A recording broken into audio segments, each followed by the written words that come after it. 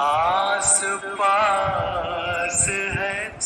7,000 गाने गाकर अमर हो जाने वाले अजीम सिंगर मोहम्मद रफ़ी ने अपनी ज़िंदगी का एक ऐसा गाना भी गाया था जिसके बाद उनकी मौत हो गई थी। इस गाने में आखिर ऐसी क्या बात थी कि मोहम्मद रफ़ी को अपनी जान का नजराना देकर इस गाने को रिकॉर्ड करना पड़ रहा था। दोस्तों, ये धर्मेंद्र और हेमा मालिनी की फिल्म आसपास थी जिसका ये गाना मोहम्मद रफ़ी की मौत का बायस बन गया था। इस हवाले से कहानियां सुनाई जाती हैं, ताहम ये बात तो तय है कि फिल्म आसपास ही वो फिल्म है जिसका आखिरी गाना गाने के चंद घंटे बाद 31 जुलाई 1980 की रात मोहम्मद रफ़ी को शदीद हार्ट अटैक हुआ था और वो खालिक़े हकीकी से जा मिले थे। दोस्तों, मैं हूं आपकी दोस्त और होस्ट और आप देख रहे हैं अब्दुल्ला उर्दू शायरी।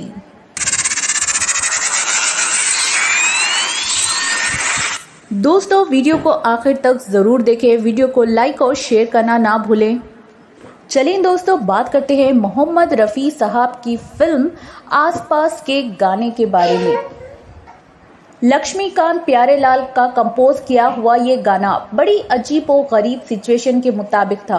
वो चाहते थे कि गाना रफ़ी साहब ऐसे गाए जैसे इसकी सिचुएशन की डिमांड है। सिचुएशन क्या थी? ये कुछ ऐसी थी कि हेमा मालिनी यानी सीमा फिल्म के आखिर में खुदकुशी कर लेती हैं और इधर धर्मेंद्र यानी अरुण को जब ये पता चलता है कि सीमा की खुदकुशी का कारण उसका बहनोई है तो वो उसको मार डालता है और फिर जब पुलिस उसको पकड़ ले जाती है तो सीमा की चिता को आग लगाने के बाद ये दुख भरा गाना ऐसी ख्याली अंदाज में धर्मेंद्र का शोकवारिक अंदाज में फिल्माया जाता है कि गाने के मनाजिर में सीमा की रूह अरुण को आती हुई दिखाई देती है और फिल्म खत्म हो जाती है। आसपास फिल्म की कहानी बड़ी ड्रामाई और रोमांटिक है और ये फिल्म मोहम्मद रफ़ी की मौत के 6 महीने बाद रिलीज हुई थी और इसके टाइटल पर लिखा गया था कि इस फिल्म के गीत गाने के बाद रफ़ी साहब फौत हो गए थे। फिल्म का हर गाना लाजवाब था। ये मशहूर गाना भी इसी फिल्म का है जो हेमा मालिनी पर फिल्माया गया था।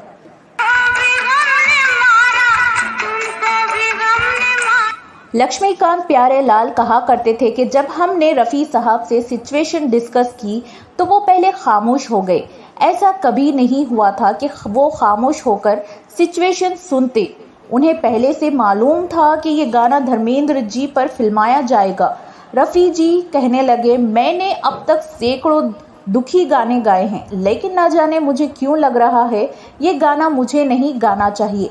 लक्ष्मीकांत प्यारेलाल परेशान हो गए और पूछे कि क्या वजह है, कोई मुश्किल है? रफ़ी साहब ने फरमाया, नहीं मुश्किल तो नहीं, लेकिन मुझे कई रातों से ऐसे सपने आ रहे हैं कि मैं गाना गाता हूँ और साथ ही हवा और बादलों में उड़ता चला जाता हूँ।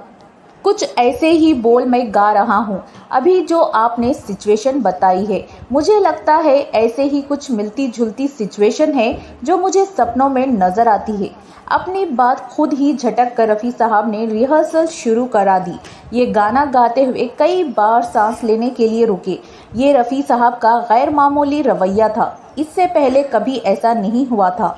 लक्ष्मीकांत पूछने लगे, आपकी तबीयत ठीक नहीं लग रही है, सांस क्यों फूल रही है? रफ़ी साहब की सेक्रेटरी ज़हीर उनके साथ थी। वो बोले, मुझे लगता है आपका ब्लड प्रेशर बड़ा हो गया है, यानी बढ़ गया है। पहले डॉक्टर को दिखा लेते हैं, फिर आना हुआ तो आ जाएंगे। रफ़ी जी बोले, अब ऐसा तो नहीं हो सकता, मैं ठीक हूँ, आप मुझे पानी पिला दें।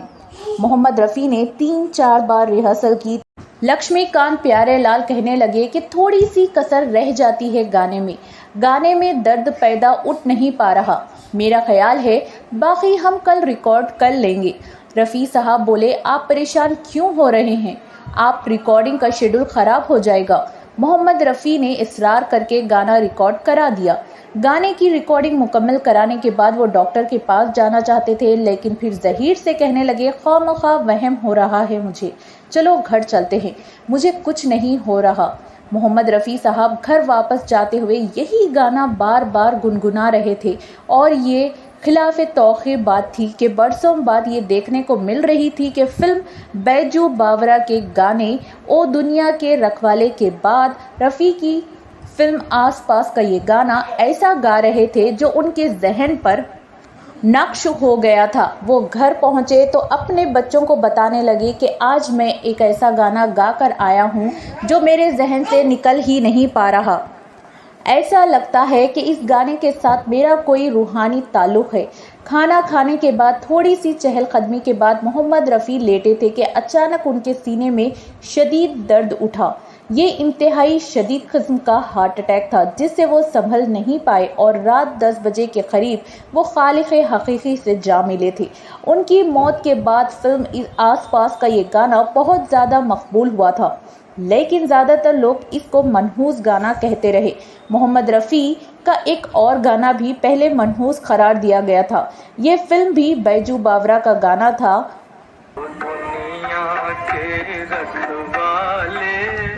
इस गाने को मोहम्मद रफ़ी ने 15 दिन तक रियाज करने के बाद गाया था और मौसीक़ार नौशाद फिर भी मुतमईन नहीं हुए थे।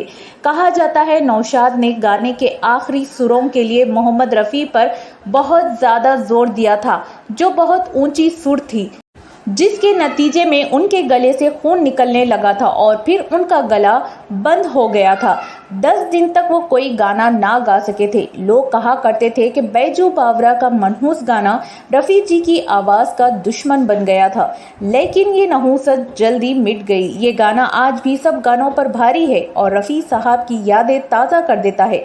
इनकी आवाज़ सुनकर लगता है कि कहीं आसपास फिल्म का गाना भी हमारे इर्द गिर्द ही गूंजता है, बिल्कुल ऐसे जैसे ये गाना है। रफ़ी साहब भी हमारे सामने ऐसे ही मनाजिर के सामने जाहिर हो जाते हैं। उनके दीवानों को तो ऐसा ही लगता है। तू कहीं आस पास है। तो दोस्तों, ये थी मोहम्मद रफ़ी से जुड़ी उनकी आखिरी गीत की आखिरी कहानी। आपको कैसी लगी हमें कमेंट्स में ज़रूर बताइएगा। क्या ये गीत रफ़ी साहब के लिए ये गीत मनहूस साबित हुआ? आज की इस एपिसोड में इतना ही। वीडियो पसंद आई हो तो वीडियो को लाइक और शेयर ज़रूर करें, और अगर आप हमारे चैनल पर नए हैं तो चैनल को सब्सक्राइब करना ना भूलें। मिलते हैं अगली वीडियो में ऐसे ही रोचक किस्से कहानियों के साथ। तब तक दीजिए अब्दुल्ला उर्दू शायरी को इजाज़त। नमस्कार, आदाब, शब बखैर।